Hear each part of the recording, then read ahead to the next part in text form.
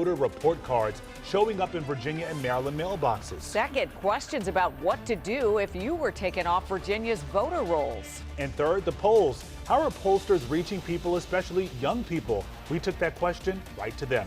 But up first tonight, those so-called voter report cards. How would you feel if you opened up a letter to find your voting record right there in your hand? That's happening to people living in different parts of the DMV. Alexis Wainwright is looking into whether these mailings are even legal.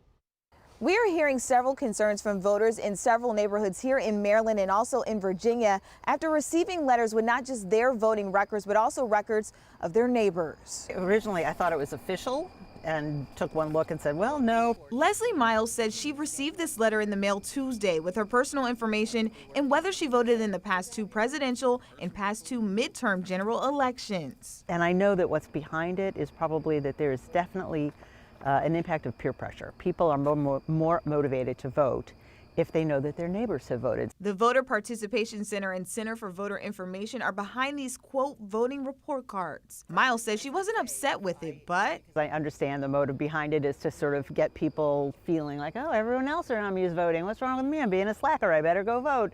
And I have already voted, and my husband has already voted. I mean, we're not really the targets for this. Meanwhile, on Nextdoor, neighbors have expressed concerns about this being creepy and uncalled for. I can't imagine it's beneficial. I can't imagine it's worth the cost and the time. A woman who didn't want to be identified says in her letter her information was not accurate and doesn't want that spread around. It said that I had not voted in 2020, which I absolutely did vote. Some even saying it's potential voter intimidation.